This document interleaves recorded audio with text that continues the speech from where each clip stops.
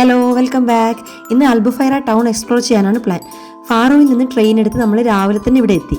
അൽബുഫൈറ coastal town ആണ്, famous for its white washed buildings, beaches and vibrant tourist spots. Albufeira old ടൗണിൽ നിന്നാണ് ഞങ്ങളുടെ day start ചെയ്യുന്നത്.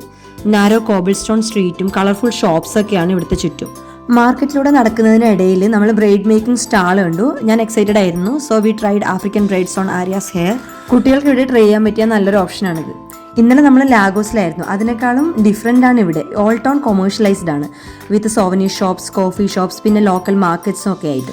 പിന്നെ ഇന്ന് ഓവർ ക്രൗഡഡ് ഒന്നും അല്ലായിരുന്നു. മാർക്കറ്റ് കണ്ടപ്പോൾ പോർച്ചുഗീസ് ലോക്കൽസിന്റെ ഒരു വൈബ്രന്റ് ലൈഫ് സ്റ്റൈൽ ഫീൽ ചെയ്തു. അവിടെ നിന്നും വൈറ്റ് വാഷ്ഡ് ബിൽഡിംഗ്സ് ഒക്കെ കണ്ട് ഞങ്ങൾ നടന്നു. നെക്സ്റ്റ് നമ്മൾ ഫിഷർമാൻസ് ബീച്ചിലേക്ക് നടക്കാൻ തുടങ്ങി. ദി പാത്ത് ഇറ്റ്സെൽഫ് സീനിക് ആയിരുന്നു. ബീച്ചും ബിൽഡിംഗ് സീനും ഒക്കെ കാണാൻ വേണ്ടി എസ്കലേറ്റർ കയറി മുകളിൽ പോകണം. എസ്കലേറ്റർ കയറി എത്തിയപ്പോൾ ഫിഷർമാൻസ് ബീച്ചിന്റെ ഫുൾ വ്യൂ കാണാൻ പറ്റി. താഴെ golden sand beaches and surrounding areas full of whitewashed ബിൽഡിംഗ്സും ആയി അടിപൊളിയായിരുന്നു. ഹിസ്റ്ററി ഇഷ്ടപ്പെടുന്നവർക്കും ഫോട്ടോഗ്രാഫേഴ്സിനൊക്കെ അൽബുഫൈറ പെർഫെക്റ്റ് ഡെസ്റ്റിനേഷൻ ആണ്. പിന്നെ നിങ്ങൾക്കൊരു കാര്യം അറിയോ, അൽബുഫൈറ എന്ന് വെച്ചാൽ കാസിൽ ബൈ ദി സീ എന്നാണ് അറബിക് ലാംഗ്വേജിൽ.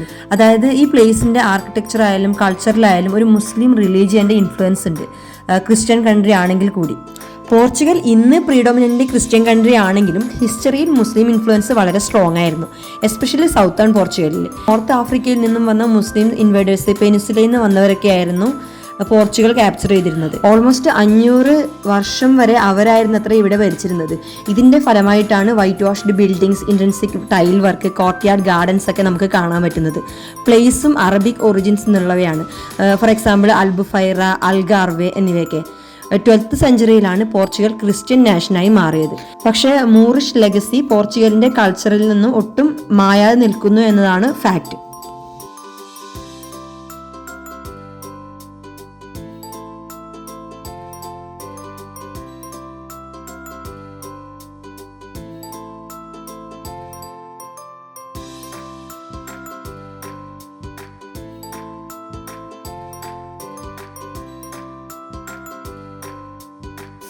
ഫിഷർമാൻസ് ബീച്ചിൽ നിന്ന് കുറച്ചു നേരം റിലാക്സ് ചെയ്ത് നമ്മൾ അൽബുഫൈറ മറൈനയിലേക്ക് പോകാൻ നാരോ സ്ട്രീറ്റ് വഴി നടന്നു. പാത്ത് വേ ഇറ്റ്സെൽഫ് ഫോട്ടോജനിക് ആയിരുന്നു.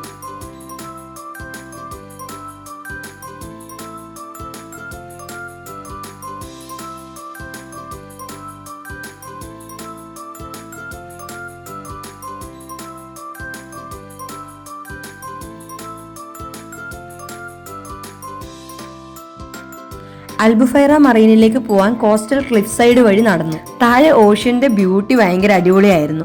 പിന്നെ വാക്കിംഗ് വളരെ പീസ്ഫുൾ ആയിരുന്നു. പക്ഷികളുടെ സൗണ്ടും വേവ്സിന്റെ സൗണ്ടൊക്കെ ആയി.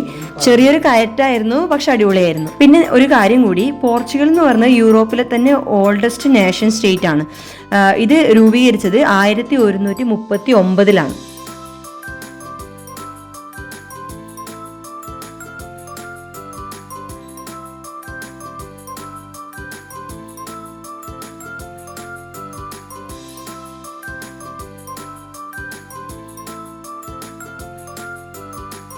ഫൈനലി നമ്മൾ അൽബുഫൈറ മറീനയിലേക്ക് എത്തി.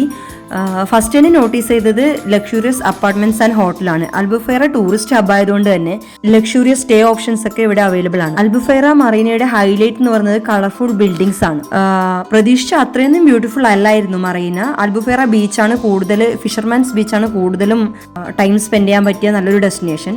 പിന്നെ ഇവിടെ നിന്നും കുറച്ച് ഫോട്ടോസൊക്കെ ക്യാപ്ചർ ചെയ്ത് നമ്മൾ മടങ്ങി. സോ അത്രയൊക്കെയാണ് അൽബുഫൈറ വിശേഷങ്ങൾ. ബ്ലോഗ് ഇവിടെ കംപ്ലീറ്റ് ചെയ്യുകയാണ്. Thank you for watching.